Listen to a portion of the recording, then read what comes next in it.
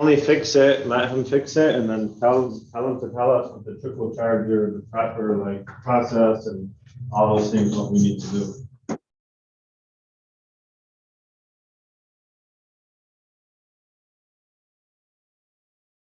Did he show us how?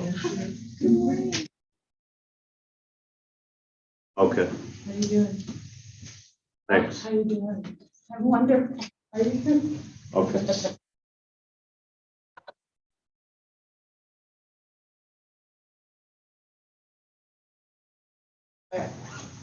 Zoom's on.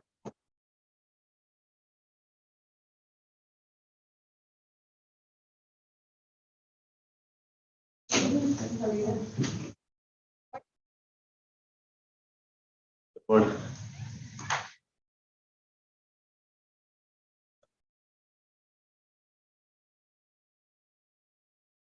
Uh, my juice. Is that like the top? Yeah.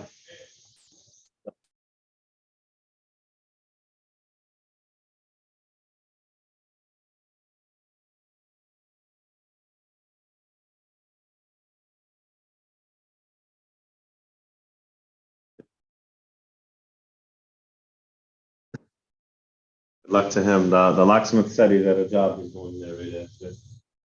I'll just swing back when you get a chance. If you want, I'll text you when it's not when it's fixed. All right. Bye.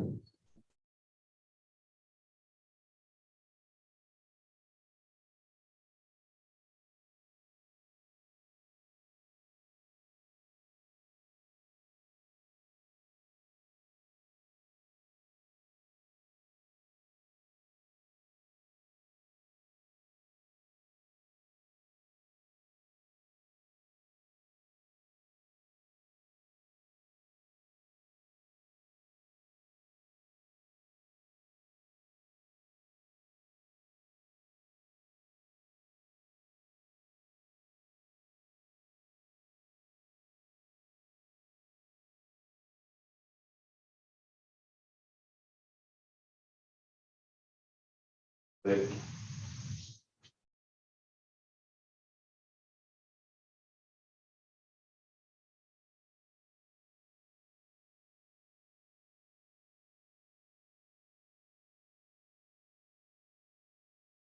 You want to go grab me a cold water, please?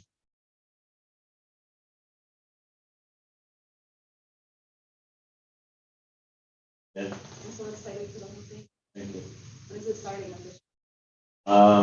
I'm not fully sure. So, because right now the guys that are putting together on the video series shoot with me. But then aside from that, after that, I think I'm doing just more of speaking engagements or actually one-on-one coaching. Eventually in the future, building another coaching business in school. Right now, I can't dedicate like too much of my time to it, but I know with me, I still have a lot to do here. Yeah. I don't want to spread myself too thin. I think they're gonna reach out to everybody and they're gonna kind of like interviews and conversations and come to candidates who have expressed interest.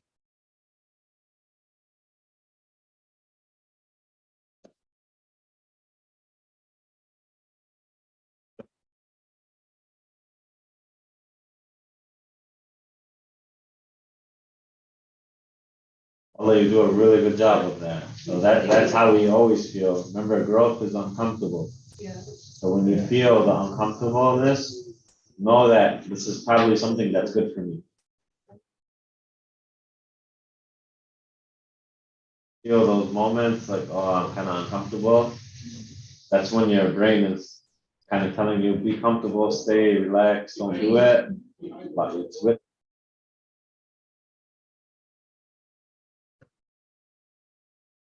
Not fully sure. I did tell them that I do want to start a YouTube channel.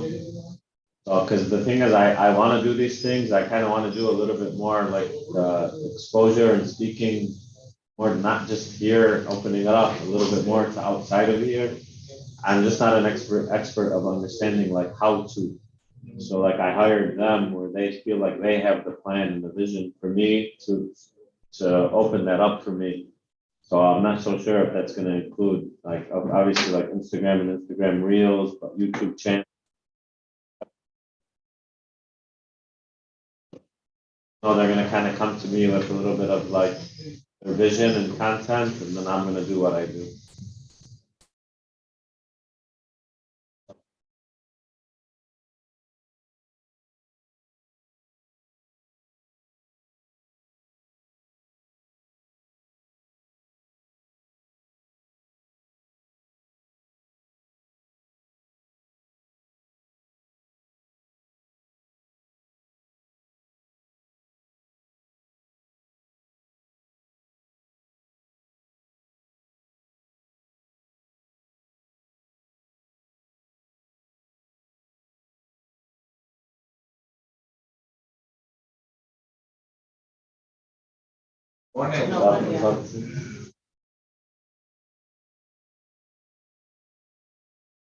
Are you doing?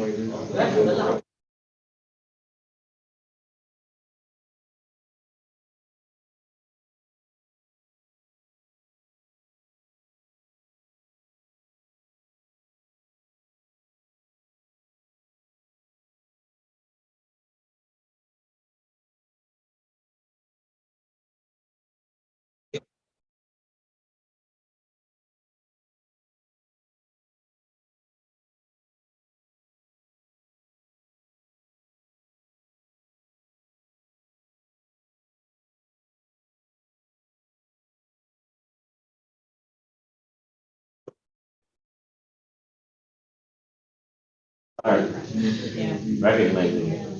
Oh my, A lot of people don't. how many things I was reading and I'm like,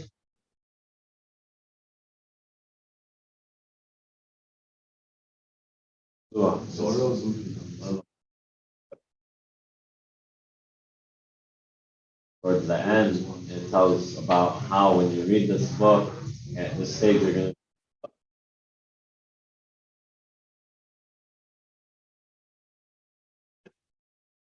And when Brandon reads it and say like 2 years from now, it's gonna be different for him at that point because the flow and of the money and everywhere he's at in his life is gonna be changed. So when I read it,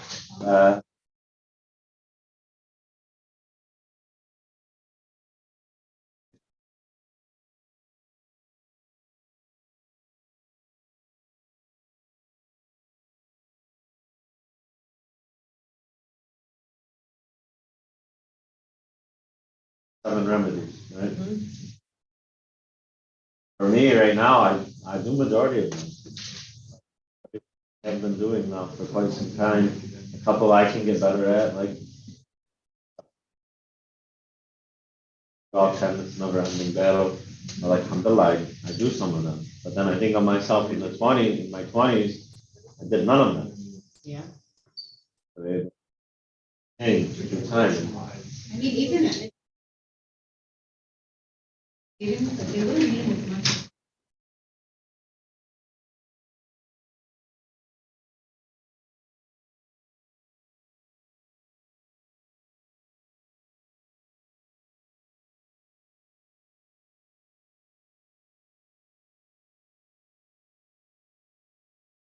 Some of that, you're gonna join us in here, you're a big time agent now, you don't need the book club.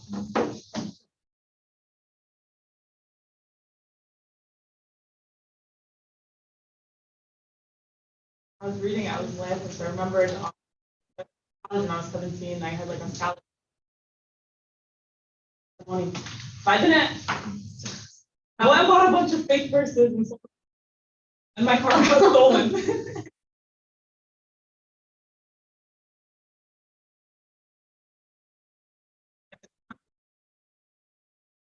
God, that's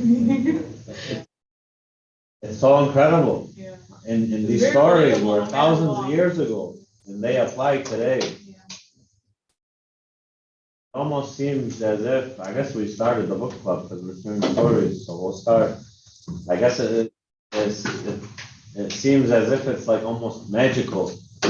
But when they call it, this is the laws of gold. For them, gold was the money back then, right? So we can have a whole other class on the history of money. So gold was their money back then, and there's laws to it. And laws to our money today, they're the same exact laws. Seems to kind of how in last week's session we were talking about, like, you need to have the time.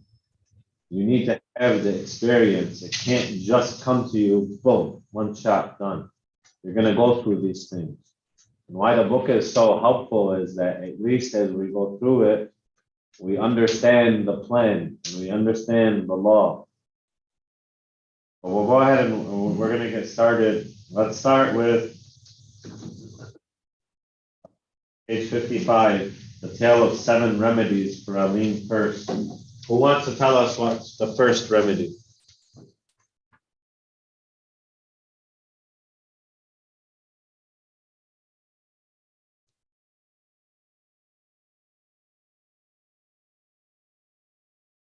Keep one, so set aside the country song. Yeah.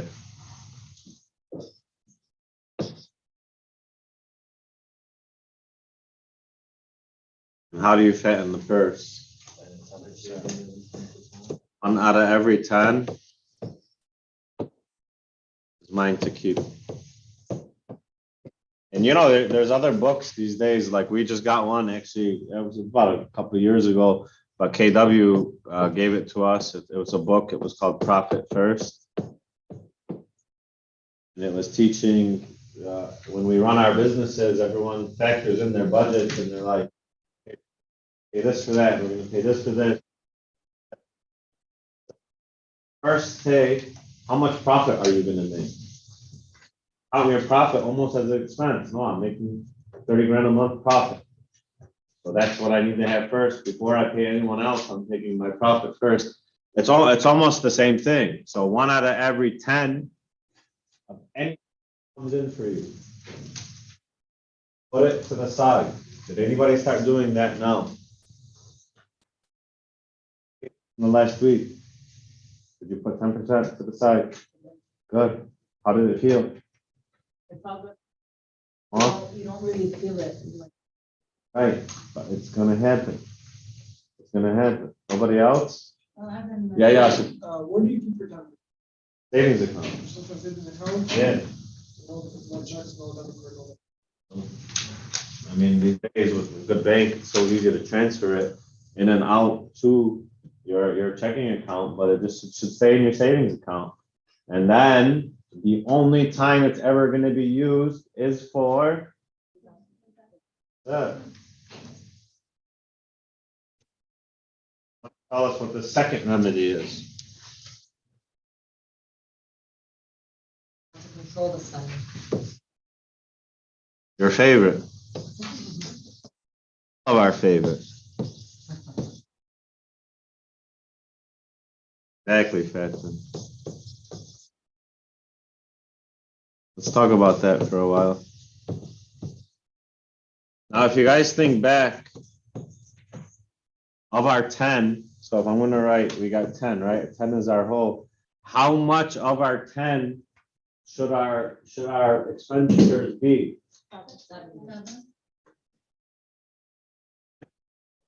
7.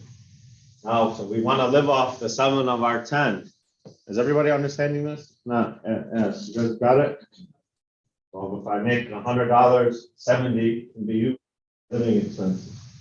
Which is, and did the book and did the tales say, when I say he, I'm meaning Arkad, the richest man in Babylon, did he say like this 7, you should be living extremely, extremely tight and neglecting your, no, to live, but it's gotta be fitting into this 10. And if the 10 is not enough, find ways to get more. Find ways to get more. We've talked many, many times in here about many of us, myself included, that used to work 2 jobs. Real estate day, park cars at night. Gotta do it, you gotta do it. Because I wanted things. I like to have a good things, which is key. When we go back, having the desire is the first start. Everybody in this room, the reason why you're here is you have a desire to create wealth. So having that desire is key. You're gonna live good, but you're gonna control off 7%. A good exercise they gave in here was to start writing down some things that you want, some things that you want to do in your life, and then really looking at it and saying, okay, what do I really want? What I can do, and what is kind of, forget it, I'm out. I used to always think, I love cars. And I used to think like, man, I'll just like one day, man, have a Lamborghini or have a Ferrari. Until I actually got in one, and I'm like, I'm way too car, man. So too tall for this car, so uncomfortable. I'm straight. Like, you guys will never see me own a Lamborghini or Ferrari or anything like that. So I want one. Money, and I'm good. It just doesn't even suit me. So these are like desires that I was able to be like, oh, I'm not interested in that. And I start focusing on other things. Like my life started becoming, if you guys just want to like, I want to have multiple residences, bed houses in different parts of the country. I ended up getting one with my mom and dad in Florida. I want one up north in Michigan, and I want one either out in the mountains or in California. That's what I'm gonna do that. So those are things that I want. To me, those are also investments, and they're things I'm gonna do. And they're money well spent, and money that will last. How I enjoy my life. So figure out what you want, and you work on your plan towards getting that. But this is the hardest thing, guys. Hardest thing. How did you learn how to?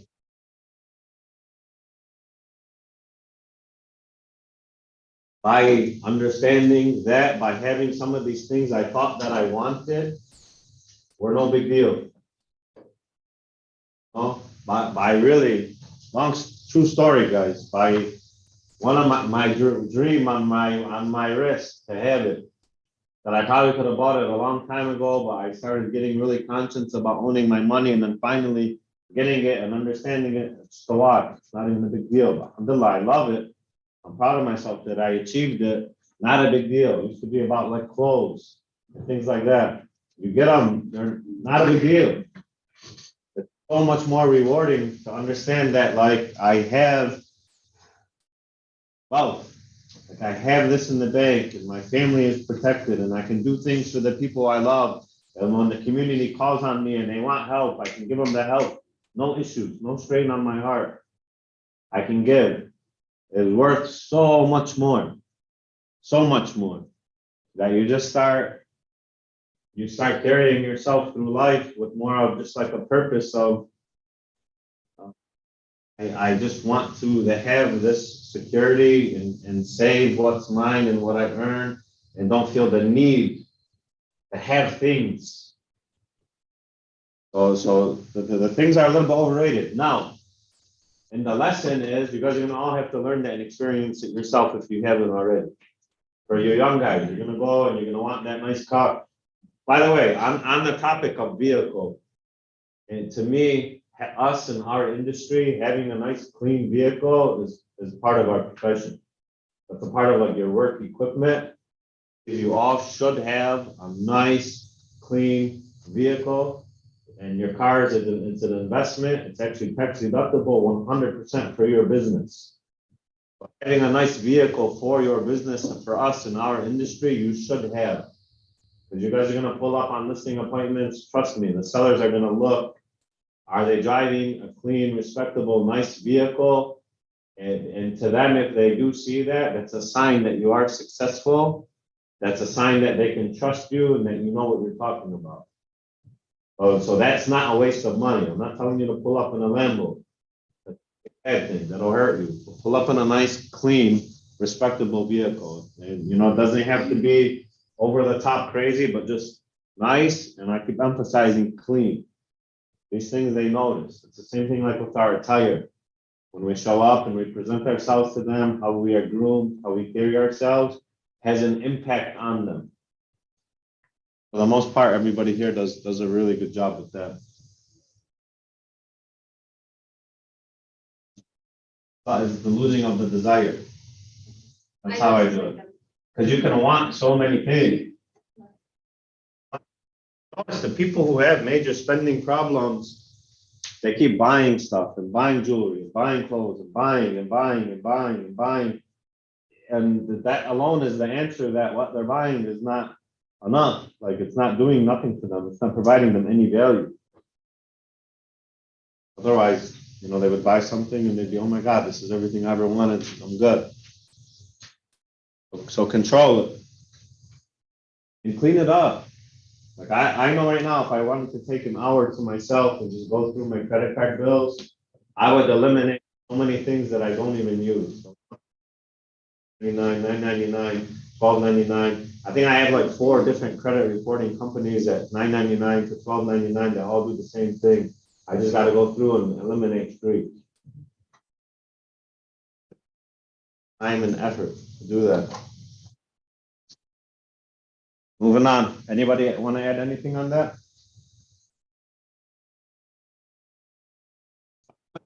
Why did this chapter started? Let me back up real quick. What was going on in Babylon when the king came back from their battles? What was happening there? Yeah, who had all the money? Is that uncommon today? No. Common, Yeah. very common. That's actually happening today because not enough of us are practicing these laws. Your major corporations, your Bezos, your Elon Musk, more power to them. They're taking everything, buying everything off. They're taking everything. And look at the way they live. Like, if you know anything about those men, they are not flamboyant. They are not ridiculous, going crazy. They're chasing their passion. Both of them want to go to outer space. Building rockets, and they're doing these things, but they're not buying fancy clothes and fancy cars and doing all these things and showing off. And it's funny how they say that they're.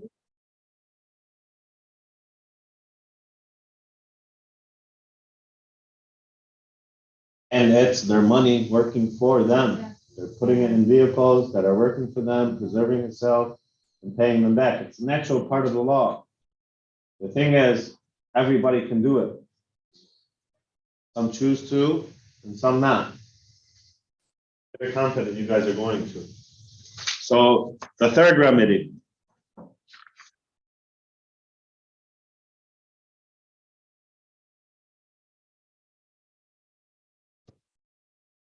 Anybody want to share?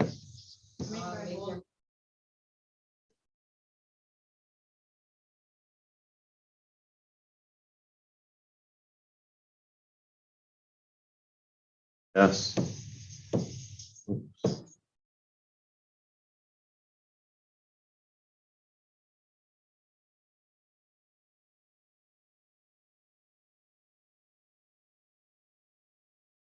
So if you guys are going to invest, the safest, time test proven investments is real estate. Oh,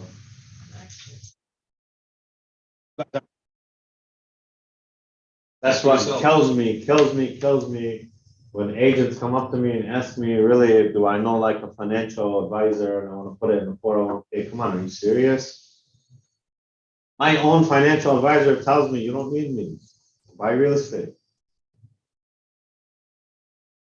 Don't need one. Exactly. And it's the slowest.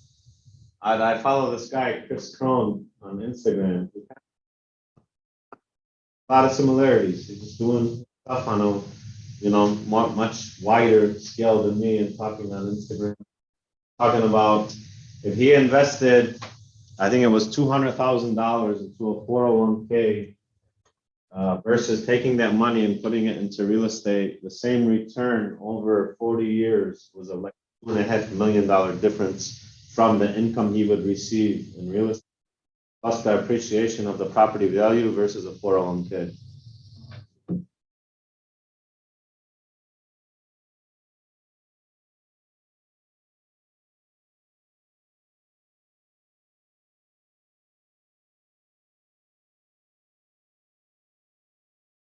They weren't teaching us. Not only that.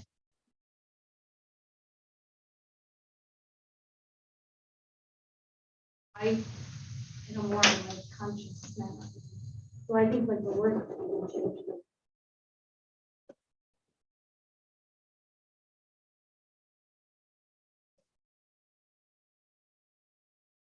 A lot of them, their parents were coming out of the Great Depression where they lost so much money in the stock market. That once they recovered after World War II, and the economy started reviving, they all wanted to be safe. So they all wanted to teach being safe and safe and safe. Now, don't get me wrong, like that it is an extremely safe investment.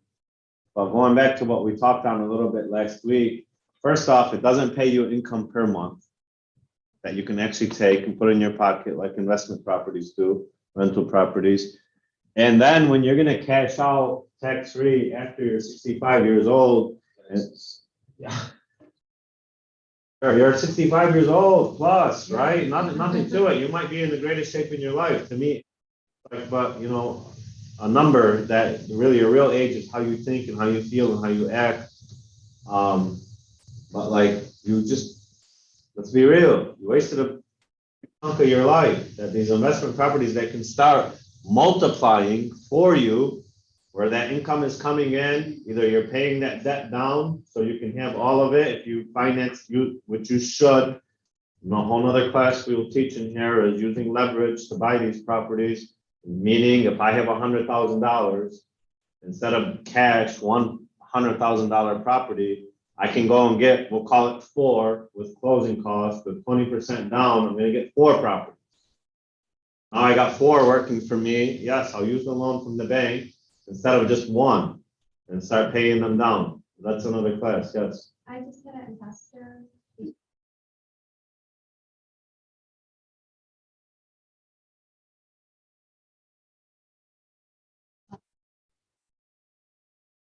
Cash, I told him, do you want to buy more investment?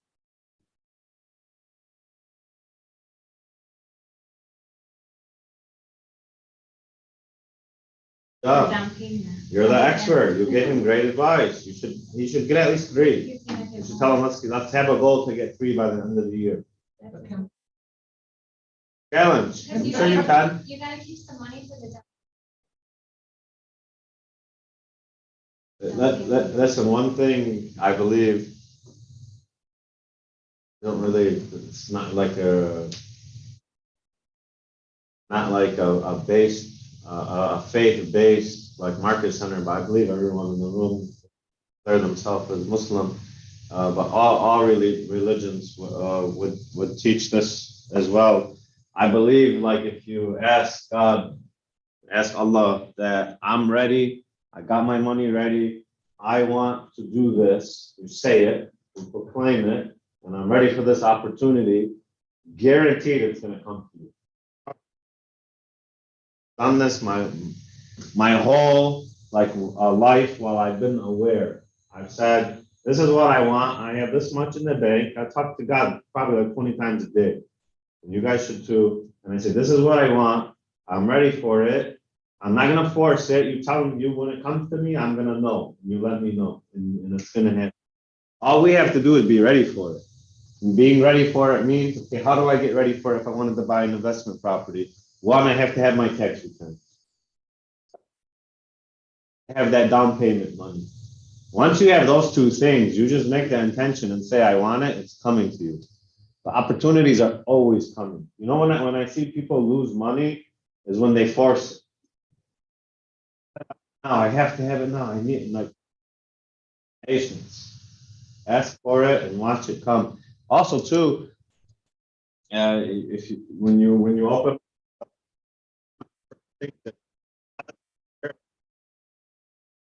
and I've always taken that as it doesn't mean read just that book. Read any book and all books.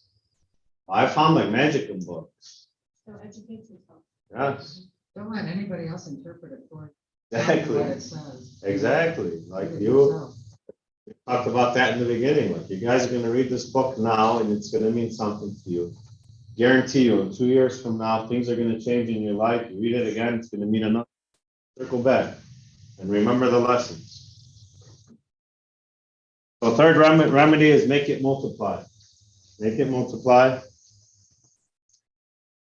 And was there anything in there of that chapter that anybody wants to touch on?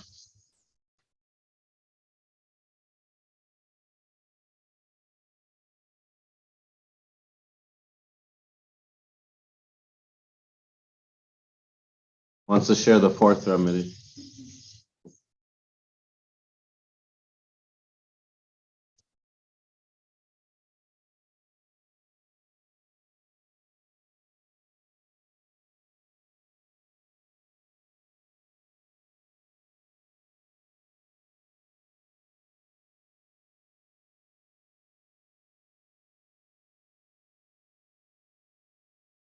Talking about what we're experts of and investing in real estate. You guys know how hard it is to lose money in real estate? It's almost nearly impossible. Now, if I were to buy a home in this market today, is there a pretty good chance I'm buying at a peak of a market? Yeah. If for some reason the house I bought today, we'll say for 200K, there's a little change in the market and next year it's worth 160, did I lose money? No, No. Why? because you didn't sell anything. Exactly. You don't lose unless you sell. Now, that same property, if I liked it and I put it to work and it starts multiplying for me, if next year something changes and oh, it's worth less, am I gonna cry about that? No, because first off, it's producing more income for me. Second, I have an opportunity to buy more. Keep multiplying it. We staying to the system and we're putting that 10% to the side and we're managing our expenses. I believe there's a very, very good chance next year you're gonna be able to buy another 1 or 2 properties. So you almost should want that. Yeah, it's funny, I was talking with this about some of my friends yesterday that invest a little bit, putting some money in crypto. And they have little amounts, maybe like 2 grand. And when the market was taking off, man, they were so excited and this is the greatest thing ever. And then when it's going down, they disappear and they're all like sad. But I told them like, you guys should be happy right now. You barely own any, like you want it to go down so you can buy more. But just because it's going down, like they don't believe in it anymore. You shouldn't have bought in the beginning to begin. Don't believe in it, don't ever buy anything. Like you have to believe in it. I'm in and I want it. It's not like it's a scheme or it's a get rich quick thing. No, if you don't believe in it, don't buy it. But when they go down is when you should want. So, especially the 20 to 30 something year olds in here, or if you're someone who wants to invest in real estate and you just haven't really been able to get in and get as much as you would like, never want to see people get hurt and people get affected. But when you guys hear that the market's going down, that's good news for you. That's good news for you because you guys are buyers, not sellers. So you guys should be preparing to save the money and you should be looking forward to that. Prices start coming down, that's a great opportunity for you guys to jump in and buy. So the first plan should be start getting prepared. So guard thy treasure, meaning I don't, in real estate, I'm not gonna lose. I'm not gonna lose. The only time I could lose is when I sell. Actually, that guy I was talking to you about, that Chris Crone guy, he was talking a story and he was actually talking about Detroit. And he said, like, I'm not like picking on Detroit. He's like, but I lost $1 million in Detroit in real estate. Why? Because there's a lot of people in Detroit. Yasser knows this because he deals with some bulk investing and things like that. That there's a lot of money from outside of Detroit, from around the world, that because they see these homes in Detroit for 5 grand and 10 grand, like they pick them up. And then there's also these property management groups of Detroit where they make these promises to these investors that, hey, we'll manage it for you. Here's what it is. They either have some type of involvement with the owner, which is packaging these deals, and then they just put God knows who into the property to rent it out. And that's how he lost $1 million because houses. And then they just want to run. Where'd I take you with me the other day? Well, what'd you see? Like this is a KW agent in Florida who contacted me and said, hey, I bought 3 properties in Inkster. This company was managing for me, but they told me they're shutting down and I just need to get rid of these properties. He's like, I followed him. The house was destroyed.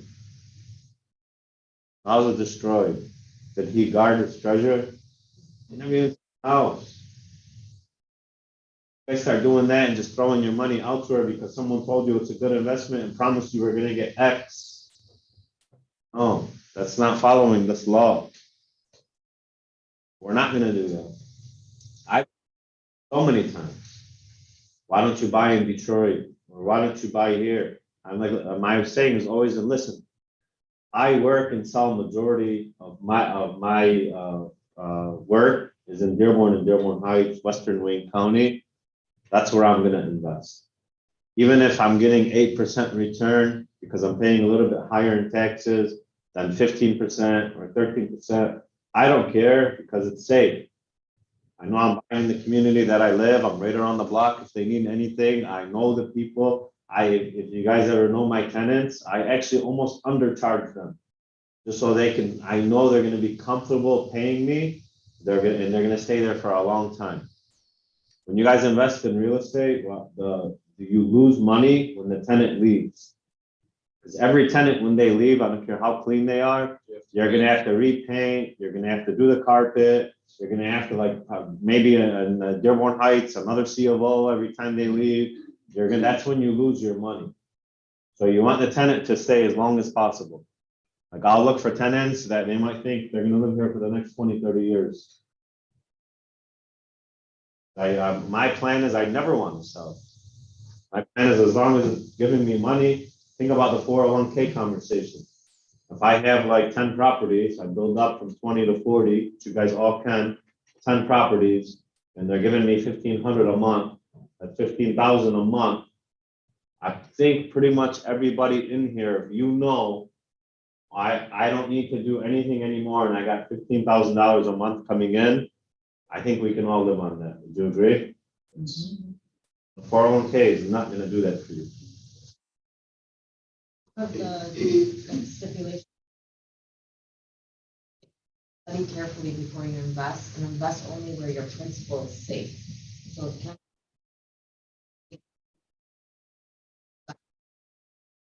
Yeah. So number one, what they're saying back then was real estate. They made several examples of it in there.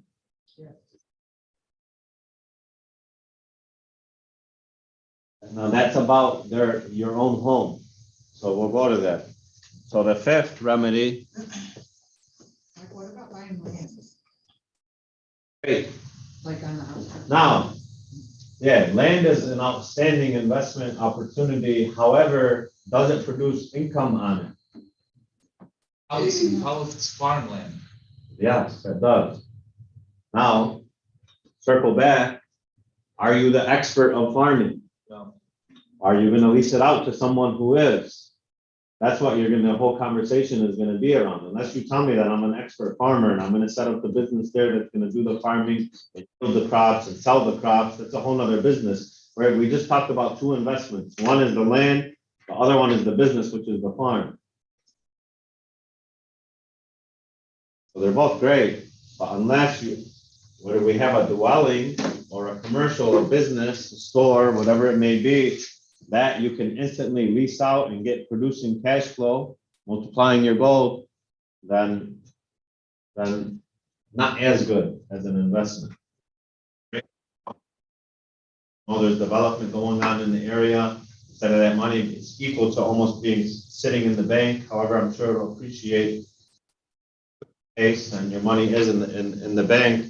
But I want a development on it that I can lease out instantly.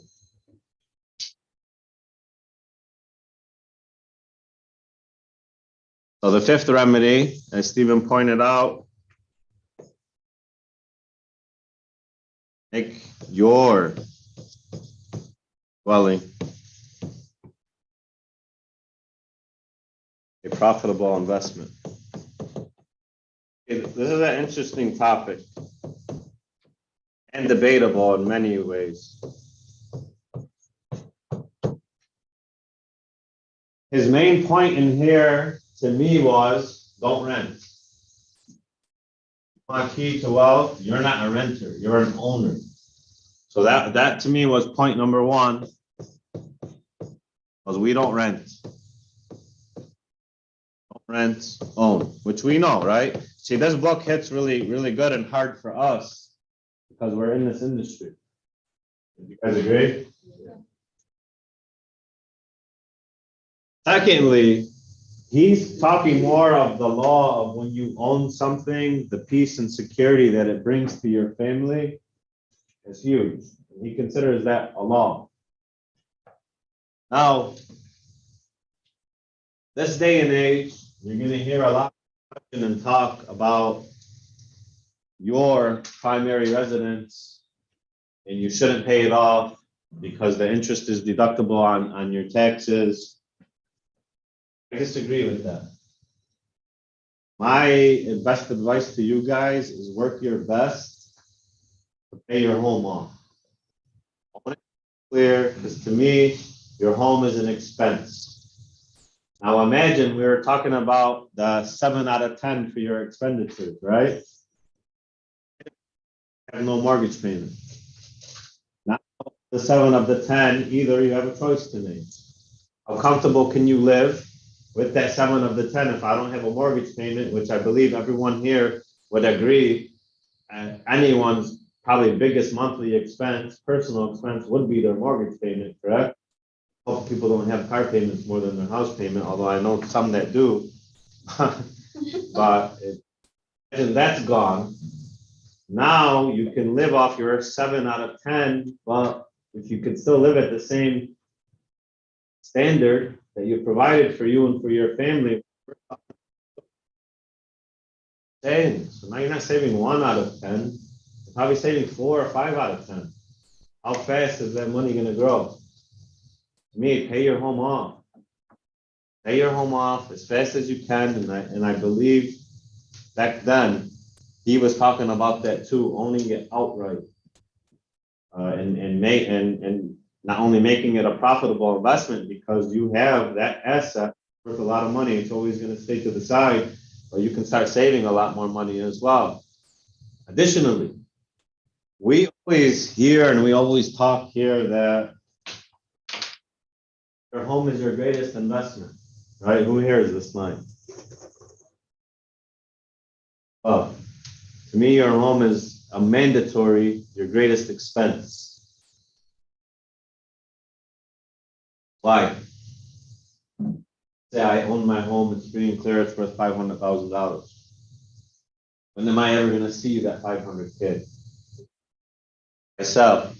If I sell it, where am I going to live? Buy another house, right? Basically, I'm just going to put it somewhere else. Why ever really claim that? Oh, maybe, when me and my wife pass and then it goes to our heirs is really the only time that that amount of wealth got claimed.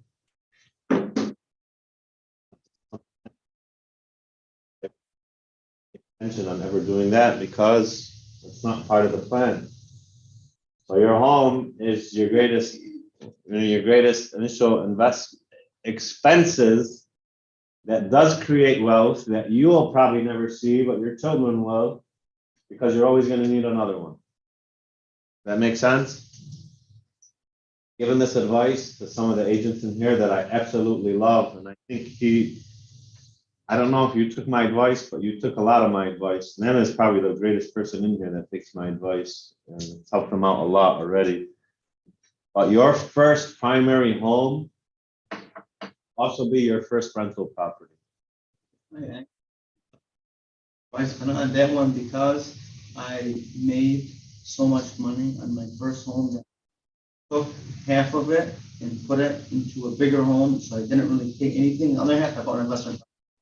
So he kind of did half. He took that I proceeds and didn't bought take another and property. spend I the know money. he bought another investment property. Actually, you got a couple now, right? Few, rental and commercial, residential and commercial.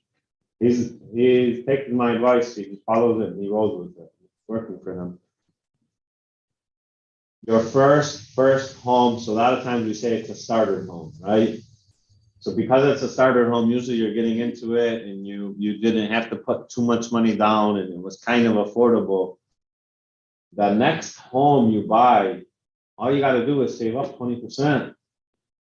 You just save 20% and you don't take the proceeds from your first home. You just put the 20% down on your next home when you're financially able, and then you keep that home, and that's you also, so you just bought your next house and your rental property at the same time.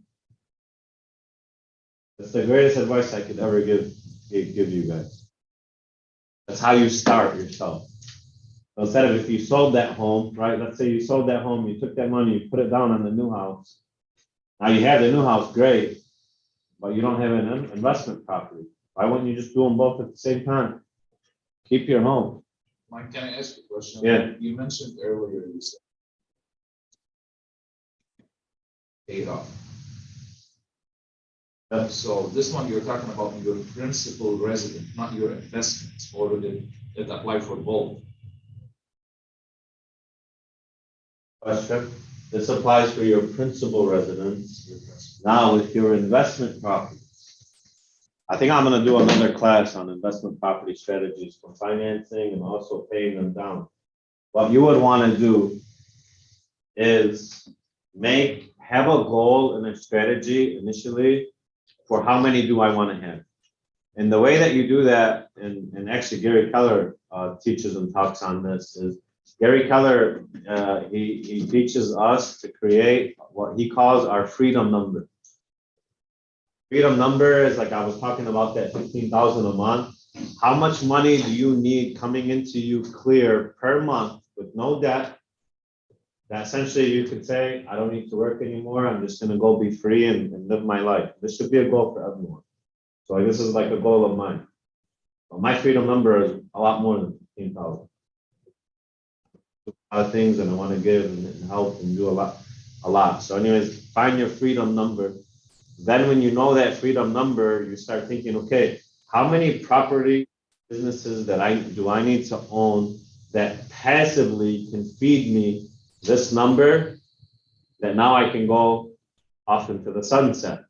So initially, you're gonna most likely, and strategically, you're going to be borrowing. You're going to be setting up lines of credit, or whatever they're going to be, so you can borrow money to buy these assets, these properties. And then you're going to have a strategy amongst when this money is coming in from the rental income of targeting to pay off this debt, because until the debt is paid off, I'm not going to be getting all of this money clear. So you are going to have a system for that, but that's a business. Your primary residence is not. So the strategy of me collecting my rental income and paying off the debt that's associated with those properties, that's a business. Okay, so it's a different kind of mindset. The thing is, when you actively about paying off your primary residence, remember too, you're paying off the commercial debt with the business money. You're paying off your primary residence with your personal money. So they're kind of different. So once I take from, okay, my business has yielded me this much, now I paid myself, now how much of that do I want to target to pay off my house? And it shouldn't be more of the 7/10. And you can kind of make an argument for if you're doing more than that, it's kind of like saving. Again, you're not touching that money until you ever sell. But I would be active of trying to pay it off, because once I no longer have that mortgage liability that I got to pay every month, I can save that much money that much faster. Any more on the fifth remedy? Make your dwelling a profitable investment. Sixth remedy.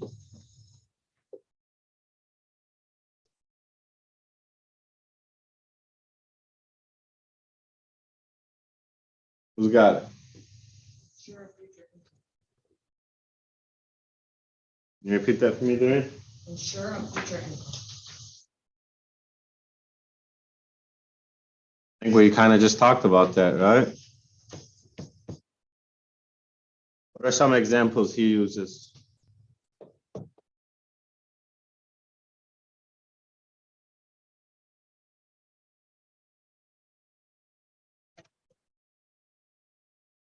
any man loaning a small.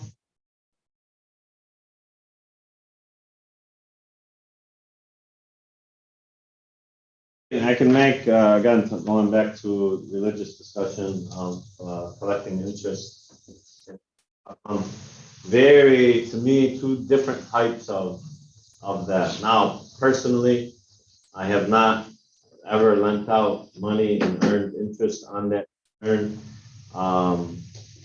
because of the religious aspect of it. However, I see a couple, I lived actually a different case. I truly believe, like when God looks on Allah understands what took place on this individual might be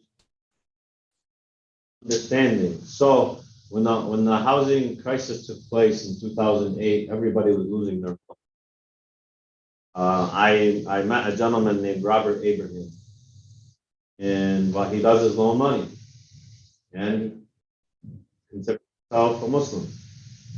So everybody was losing their homes, and a lot of the banks were letting people out, and they didn't care if they were selling it to a relative or selling it to someone they knew, and that person was letting them stay in the home. In the early days, they didn't care.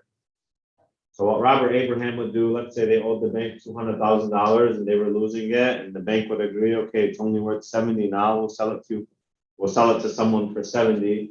They would let the person out of that loan. Abraham would buy it for $70,000 and would charge them 12% interest plus a 10% fee to stay in the home. And they would have to pay that back to him, and he gives them a 12-year loan, not a 30. You know, one of those people that didn't lose their home, cut, let's call it 130,000 off of their balance, bought that house for $70,000. That guess what that house might be worth today?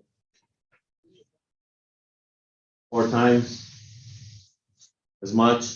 So they saved 130 off the top. They then now, in terms of equity and wealth, created maybe another 150,000. Sure, he made money. He also helped them where they would have lost it and had nothing.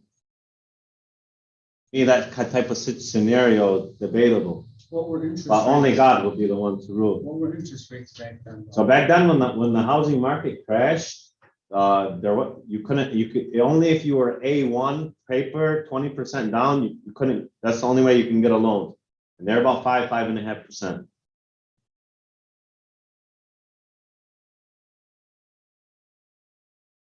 I've never seen him take one person's property, Some people do and it. he took hundreds. Yeah, What did he has everything set up with his wife and his heirs.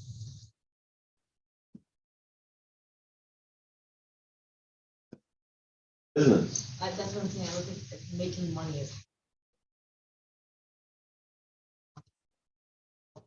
Helping them, and they're agreeing to it, willfully agreeing it. Now, if someone were to come to me that I know is a hardworking person and said, I'm not making ends meet, and I need a couple $1,000 just to pay our bills and to feed my family, I say, okay, I'm gonna give it to you plus 12%. To me, sure, no. You're Huge difference. essentially hurting them.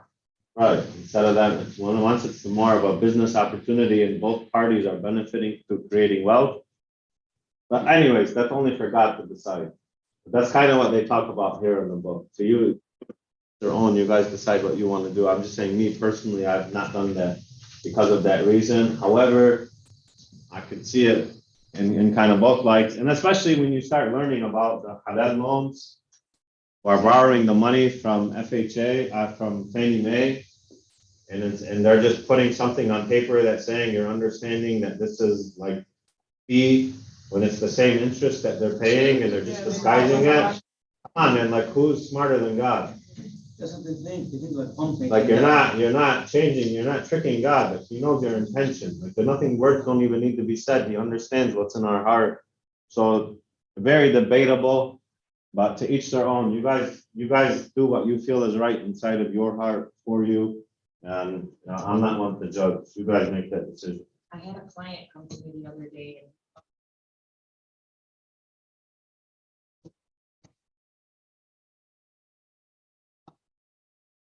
Speak to somebody from there.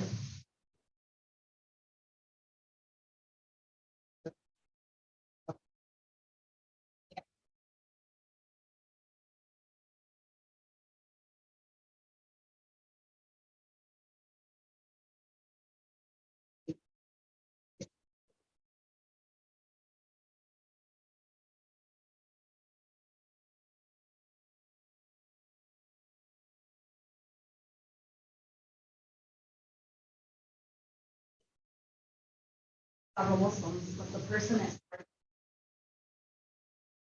Like, East Dearborn, like land contract 0% down. The house was for sale for 200,000. Okay, I'll give you 250, zero interest.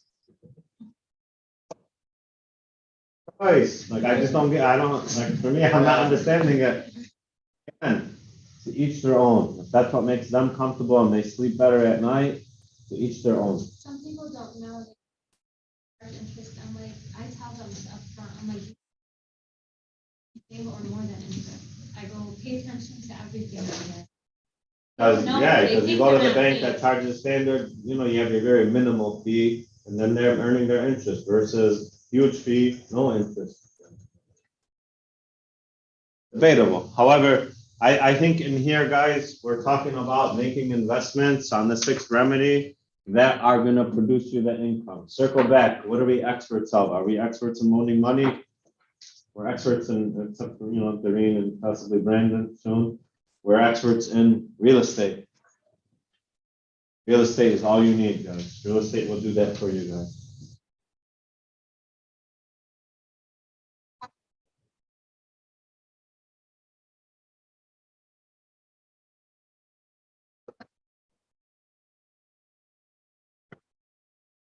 The end of the sixth remedy, talking about life insurance. Can somebody read it real quick? I would that I might say more about the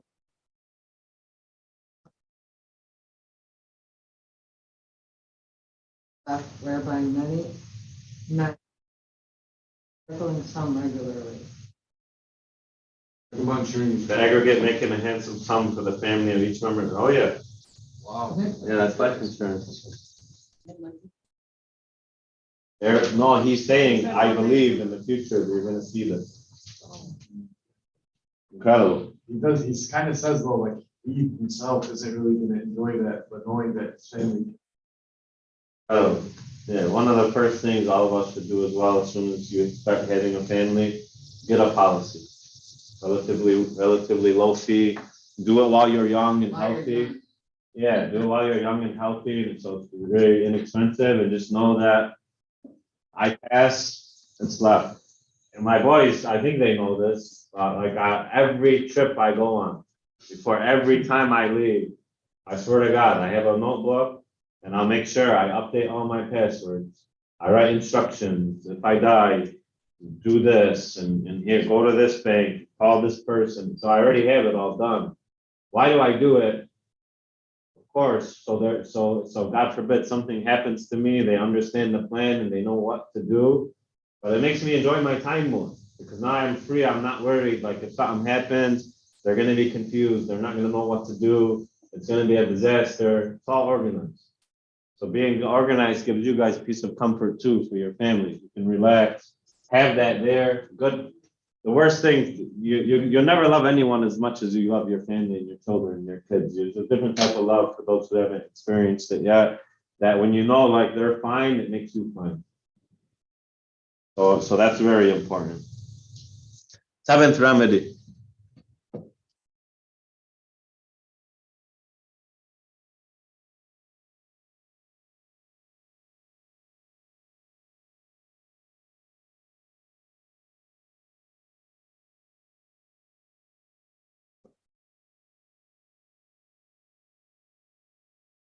Wants to touch on that. What are his examples?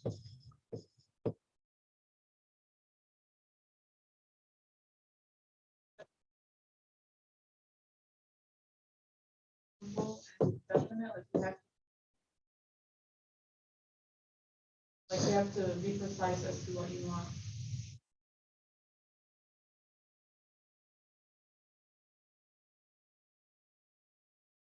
Keep getting better and watch doors continuously open would be my example.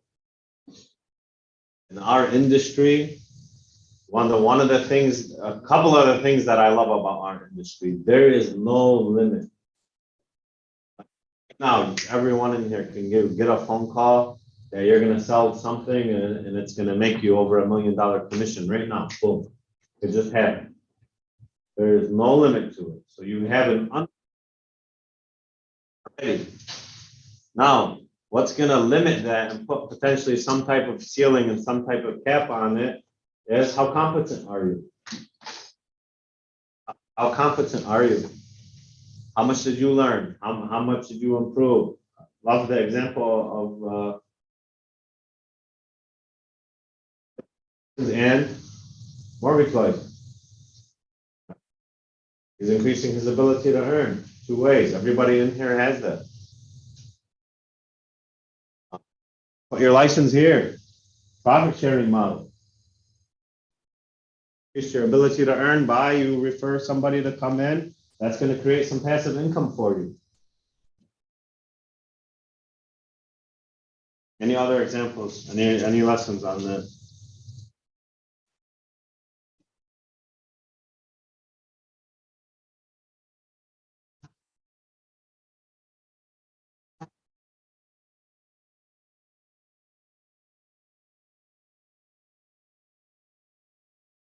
You guys got good examples in here too. I try to be one. I buy lines for us. Instead of us needing to find investors to buy investment properties, if and when there's a shift in this market, I buy right now is a little bit few and far between because everybody's overpaying for properties and it's such high demand. If that thing switches the other way, buy 100 properties a year. So the money is ready. So that's increasing opportunities and ways for us to earn. Why let anyone else from outside earn what we have, what we bring the leads to the table? So we try to lead by good examples. I found that this, he says,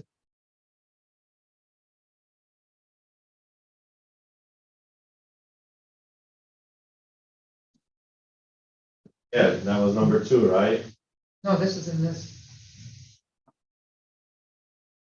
I think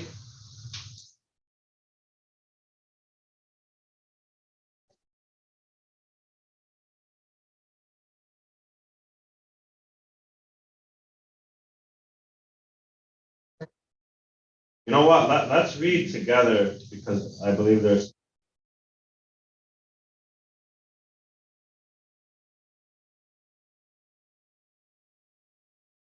So what he's talking about there, that is wanting to do too much. I get this all the time. With people who, I want to do this and then I want to do anything good. You're not the expert of anything. They call it the jack of all trades, master of none. You gotta go one step at a time and be the expert at what you do. And by being the expert at what you do through my experience, it is going to open more opportunities for you. So would I have been able to be a successful owner of a real estate and not been an expert in selling real estate? I would say probably 100% not, because who is going to want to follow me on this journey? You have to be one thing at a time. One thing at a time, be great at it, solidify it, and move on to the next. Empire was just asking me about like that coaching video I put out and what's going to be going on with it. And so many people are telling me like, so are you going to be coaching now? You're opening a coaching school and all these things. The true answer is I don't know that. I'm really not so sure myself. What I know is I just needed to do something kind of along these lines of moving forward, and the people that I hired, they kind of have a vision. However, I'm not ready to like take on and open the coaching school, or I'm gonna let people sign up and I'm gonna be their direct coach one-on-one because to me, legacy is not fully where it needs to be. We're like necessarily need to either be here so much or B, have so much time from what I'm already doing that I could be doing that. So I'm not fully moving in that direction yet.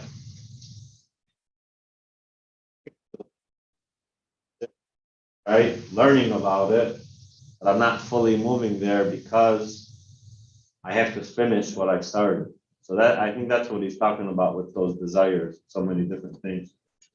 I seen there's some good lessons there on 82. To make a man's life rich with gainful experiences. Such things as the following: a man must do if he shall respect himself.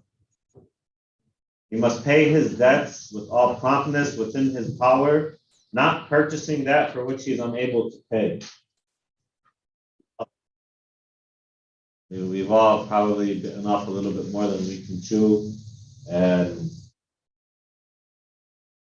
lesson is don't, and if you do, get rid of it, pay it off. Those things that hold you back with debts, they kind of, my experience with it is they kind of block my breathing, like I can't breathe so good. And it holds me back from being great and doing great things. So don't choke yourself. Think gets me so much about legacy is we do have relatively overall a very young average age. You guys are getting into this position where you can start earning substantial amounts of money with very little debt. Don't put yourself in debt. He must take care of his family that they may think and speak well of him. He must make a will of record that in case the gods call him, proper and honorable division of his property be accomplished. As I was just talking about, every time I always do, constantly update it. He must have compassion upon those who are injured or smitten by misfortune and aid them within reasonable limits. He must do deeds of thoughtfulness to those dear to him. That's charity. But one of the laws in money, I promise you guys, when you give, you get. Be givers, but here's one big mistake I see in giving. So many people with great, beautiful hearts, they say that I want to give, and and it says in the Quran to give, and I'm supposed to give and give. You give to yourself first. You make yourself strong so you can end forever. Because I know a lot of people who they have that mindset, but they themselves have nothing. So they're not understanding why is it not. Well, Matt Sutter gave this great example for any who know him. He's a KWOP, speaks a lot. When you go on an airplane, and then before you take off, the stewardess starts talking, and she says, in case of an emergency, the oxygen masks fall. What do you do first? Put on you first. Put on you first, so you can breathe. Now you can help people, right? Otherwise, if you just go help and you die, you're weak. I love this example for families. So know that we all gotta help and protect and do what we can for each other. And the stronger each person of the family makes each other, that's a very strong family. If the family, only one individual of the group is strong and they keep taking from that individual, what's gonna happen to that one person? Right, make them weak, and then the whole family falls.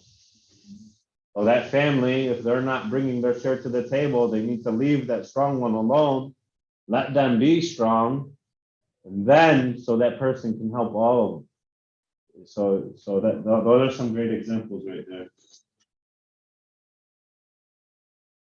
Moving on, the treasures of Babylon.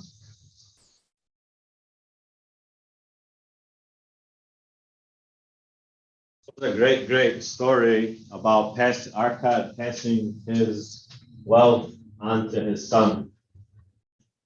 What and how did he do it? By how? To give him a bag of gold and so on.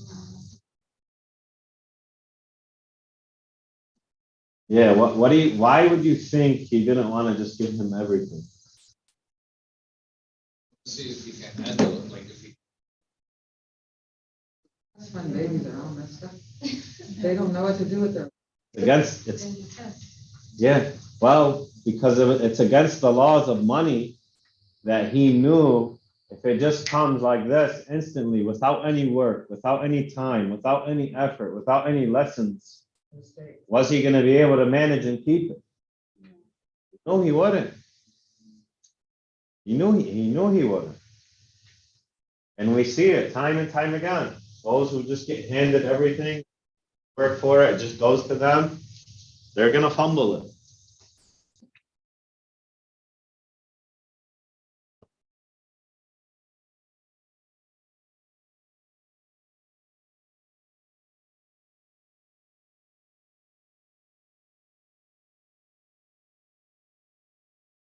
Wants to talk about the story of the men in the caravan with the white horse.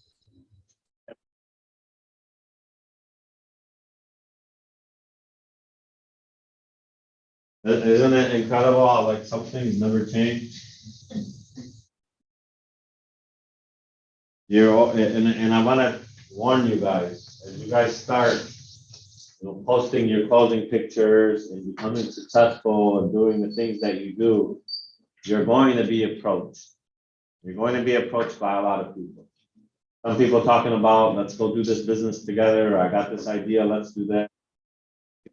To borrow money, you guys are gonna have to really, really make some sound decisions, and you guys gotta get really, really good at learning how to say no.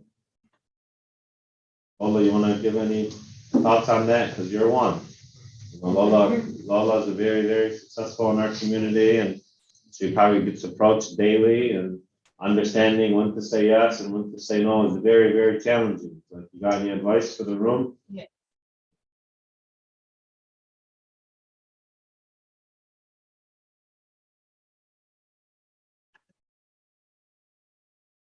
Invest in this random investment, but honestly, it sounded way too good to be.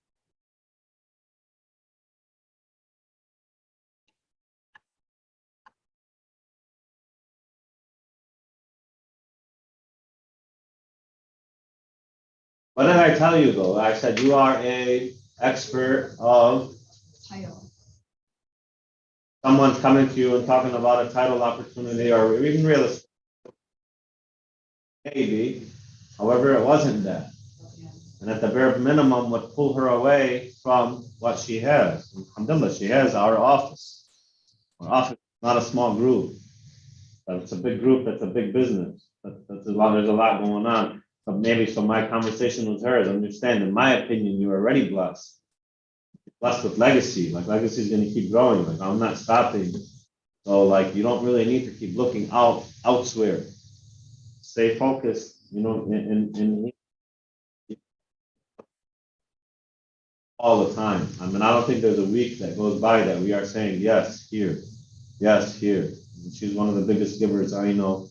We will say yes, but we want to know the reasonings of the giving. I'm talking about the charity and things like that, because you guys are going to get approached from all angles. I would say find in time. Remember, you have to be strong first.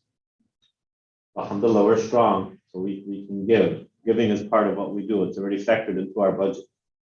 Every month we know we're going to give about X amount, this amount. So we already, once you guys get to that point, you got to have your vision of who you want to help and who do you give to. And then what goes around comes around. Actually, Mike, it happened to me.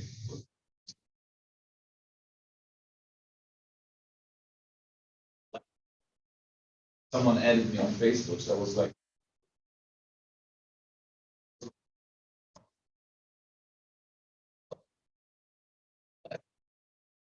and like after an hour, I received a message. Was like, oh, please can you help me like with some money like to feed my family? It was like, I looked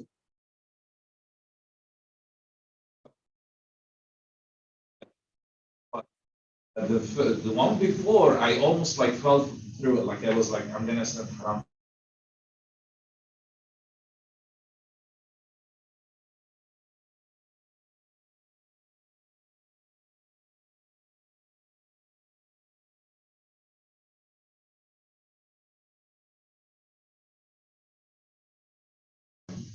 Yeah, First, I was like, I don't haram, I know. should send him like looked fishy. I was like, you know what? I would send him stuff to Lebanon.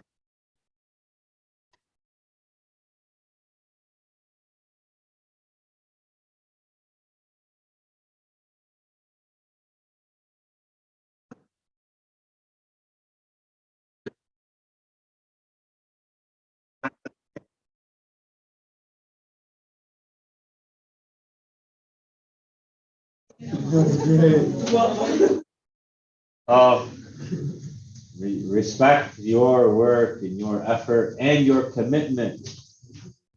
I'll tell you a story that happened to me probably about 5 years ago. Some guy came into my office. He had a meeting with me. Good friend, love him. Hey man, we went to the conference room. He had a stack of papers. We went, dropped them on the table. That's weird. What's he doing? He's like, that's it. I'm done. I'm like, what do you mean you're done? What are you talking about? He's like, oh, I signed myself out of the casino. Like he signed the papers, or if he goes back to the casino, they'll like arrest him. I'm like, well, good for you.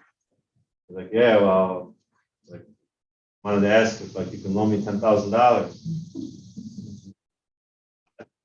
I don't go to the casino and gamble because I don't want to be in this spot. Like, why am I going to pay for you to get out of gambling? I mean, I have children and I have goals and I have kids. Like, I'm sorry that you did that. I'm proud of you that you signed yourself out, but it's not for me to like bail you out of that. A lot of times too, you'll give people, loan them money, and let's see, you see them posting on Instagram, they're on vacations and stuff. On as many vacations as I can too, but I'm staying home and I'm managing my money and saving my wealth. I don't do those things. So when you're committed, have some respect for the commitment that you made that can help you be stronger to tell them no if they're not making the same decisions. If it's somebody you know that's working hard and really putting their head down and helping themselves, here's my advice. Help them, but give it to them. Tell them here. Don't owe me anything back. If I'm helping you, yours. 2 reasons. You're going to be free. Okay? Because when you owe someone money and tell them I want it back and it's not working out for them and they're not paying you back in time, you get angry, you get mad. They got to start telling you lies. It ruins your relationship. It's not good. So don't give it unless you can freely just give it and say, here. You just give it to them. Remember, these are people who deserve it. You just give it and it frees you. Secondly, the odds of them giving it back to you in one way or another is way greater. Promise you that.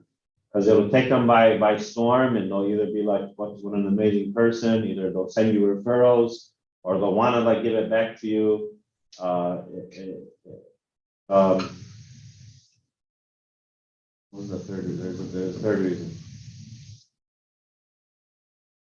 Anyways, it'll come back to me. Probably they will not approach you again and ask you. That's fine. And then they're not gonna, basically, it's not like they opened up a line of credit. And they'll think, okay, I took it from him last time, he gave it to me, I paid him back, now next week, hey, I need that 2,000 again. It's like they open a credit line this week. So in my opinion, when they need it, remember, these are they qualify, they're good, you love them, have it to give, just give. Otherwise, get good at saying no, sorry I cannot, sorry I have family, I'm trying to make it myself, things are very tough, I'm sorry. So that's one of the lessons you can learn in managing your money.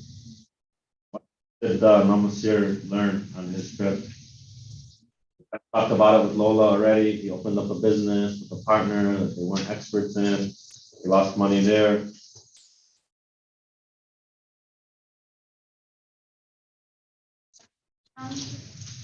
Talk to us about that. Because something about the place.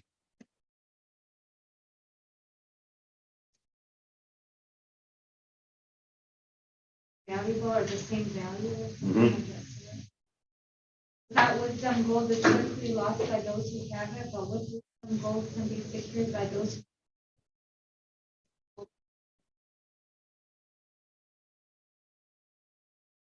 You guys understand that?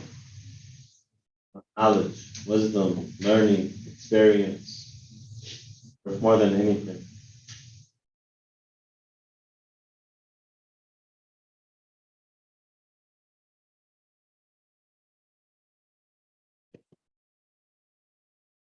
Topics.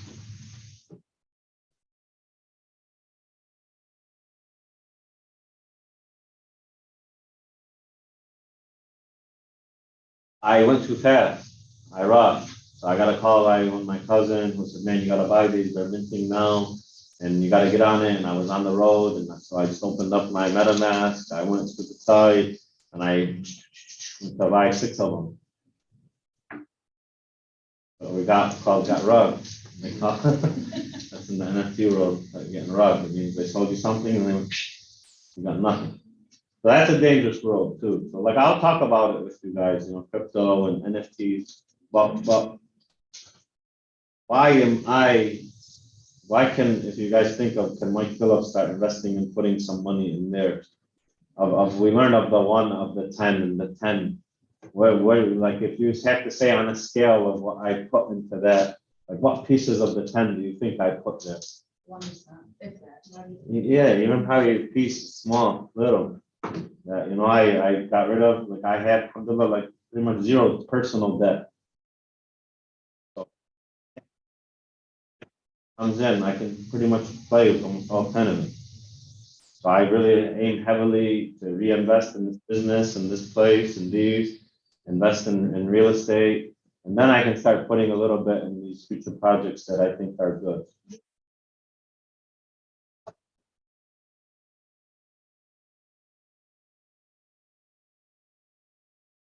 One percent of my salary, for example, goes to.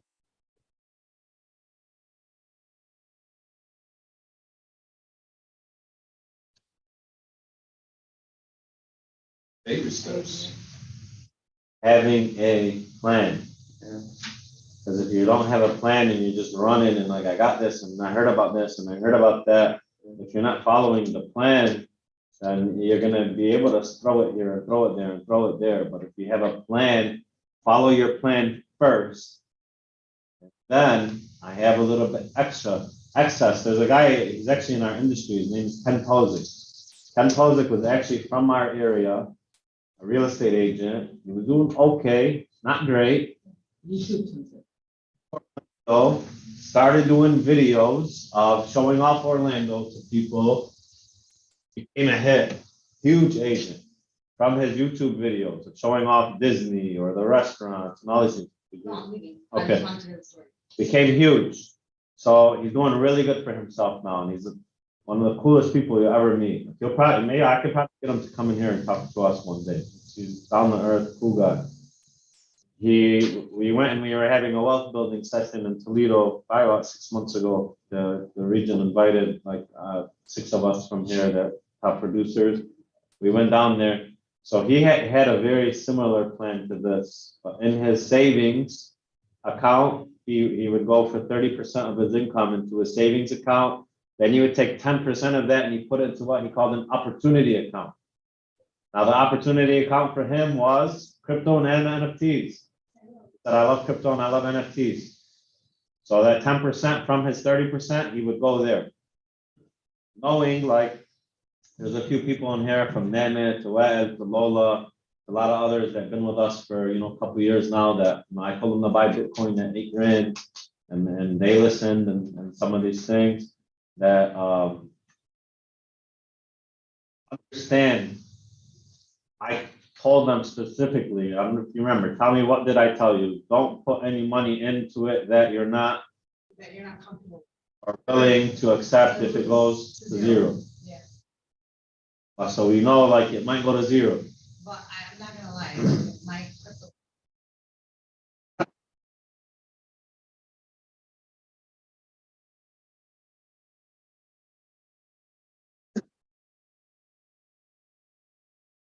Yeah. Hey, Instagram where that guy bought.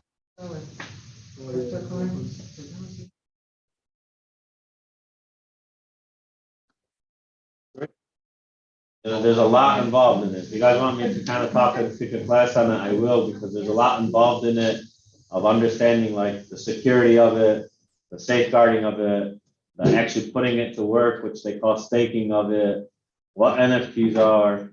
Like there's a lot to it that, I've been learning. Really call myself an expert, but I know a lot. I've done a lot. I've been doing it since 2017. Until I've made, accumulated a lot of wealth in it, but I didn't cash it out. So really, like we talked about, did I actually make it? Not really, but it's still kind of growing, and it's just an account that's growing on itself for me over there. However, I would not have done it had I not owned a lot of real estate first. Real estate is my security. Real estate is a time-tested, proven investment opportunity. If it wasn't for my real estate properties, KW Legacy would not exist. It would not. I had invested. I refinanced 3 of my properties to have the money to build this place.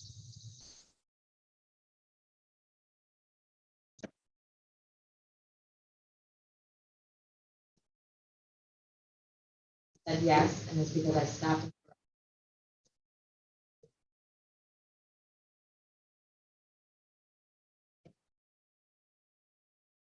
Study it, and even though you kind of from me, still the same thing happens if you go against these laws.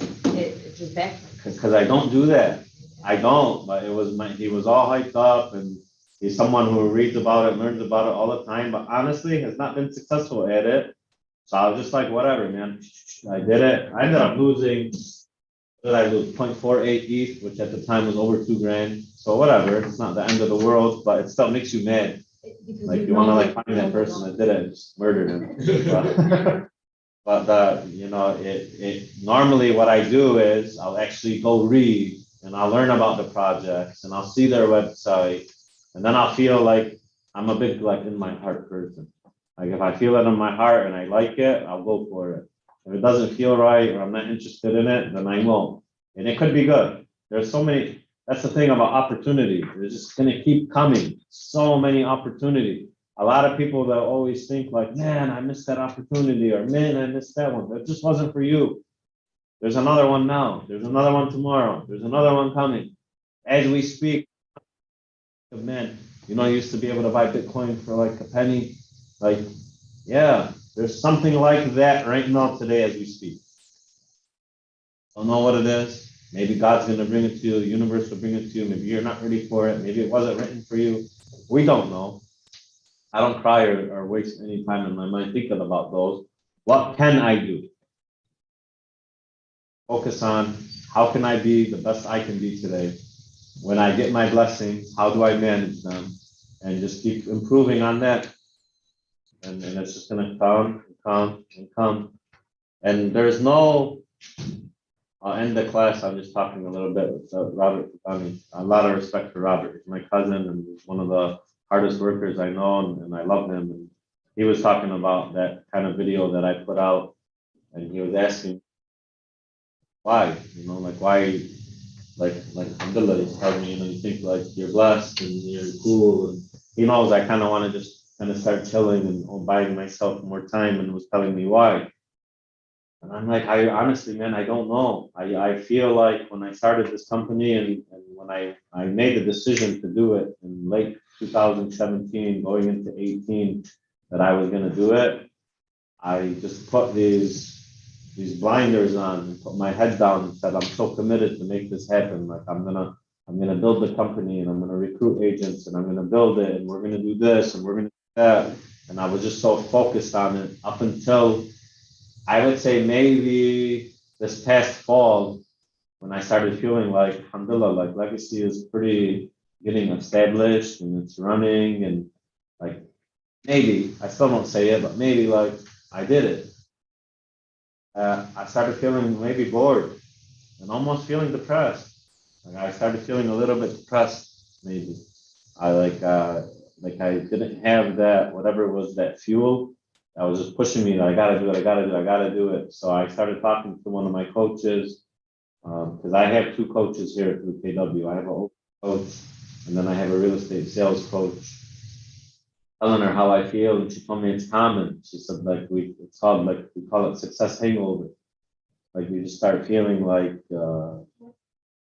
it's not like you need my type of personality just needs to be challenged. It just needs to be challenged. So the point that I want to tell you guys is if you think like, if I'm a millionaire or I have all these properties or I have all these things, like I'm gonna be so happy and I'm gonna be so relaxed. I'm telling you guys, you might not be. It might not be the answer. If it is, I wish and I pray for you guys that it is. And I'm not saying that like I'm not happy. Like alhamdulillah, I'm a blessed man. I know that. But the joy doesn't come from what I have or what I built or what I earn. The joy comes more from me kind of challenging myself and making accomplishments, and really through giving and seeing my knowledge being spread that helps other people. That brings me like joy. Like every single closing picture I see from you guys that you guys did, I'm genuinely so happy. When you guys just make a video and I see you working, I get so happy. So don't pursue and push yourself to have those things because those things allow you to do so much more.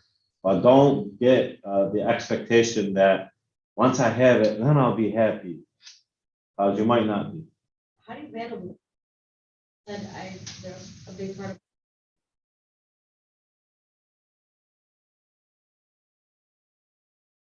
Go on these vacations versus I need to challenge myself. How do you know when?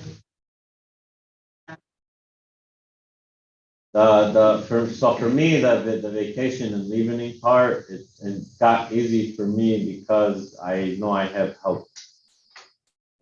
That now the battle inside of my head of take it easy, you deserve a little break. No, you don't. You're not working hard enough. It's never ending. Yeah, It's never ending. so. Like you're not doing enough. You need to work hard. No, man, take it easy. You've been working hard your whole life. Nonstop. Yeah.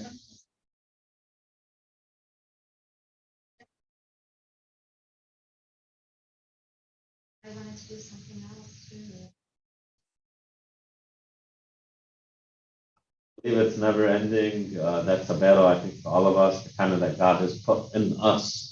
I was gonna say, There's so much story of not only just like what physically like we see and also within us, there's a conflict going on. And it's a life lesson of learning like how to deal with this and how to be. Some you'll notice, like I have a lot of respect for Wael unless he hides things from me. He's just a really cool, easygoing guy, always chilling. Like he makes me jealous, man. He's like, bro, I'm always just, yeah. Just like she said also, because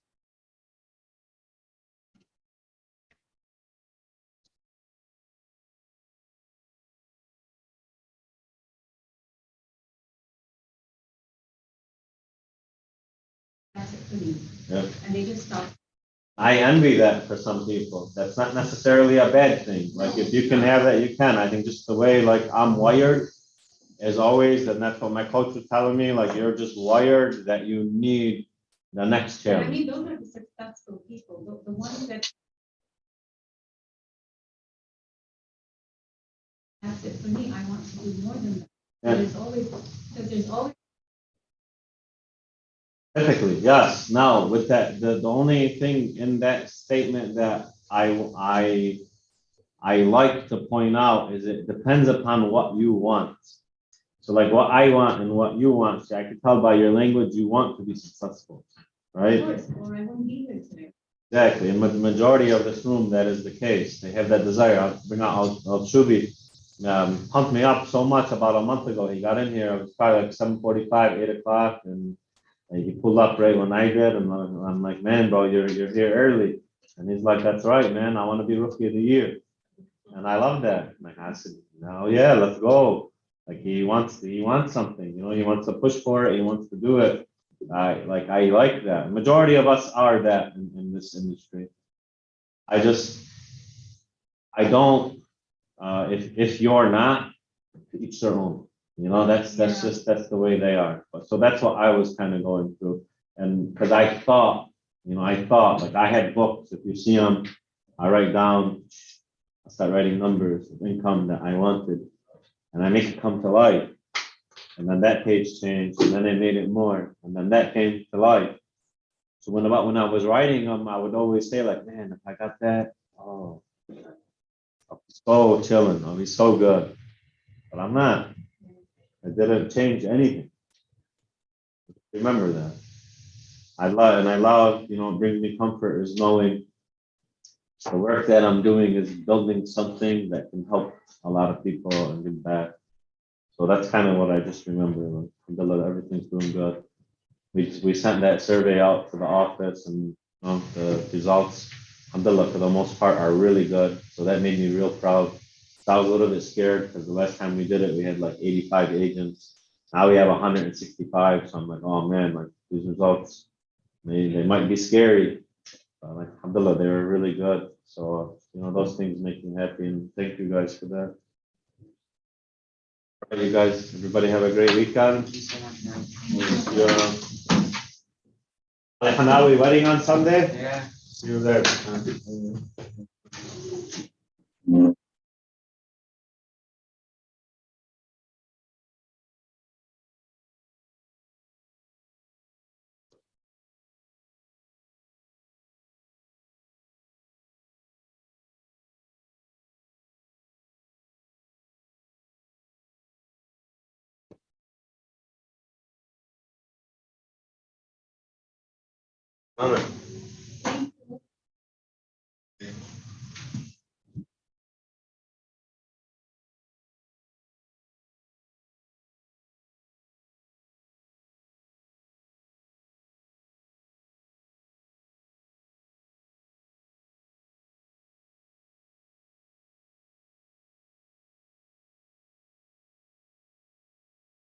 For your participation, I appreciate it.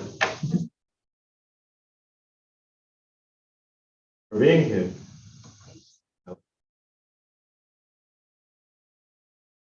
Well, we'll keep it going, inshallah. Keep up your good work.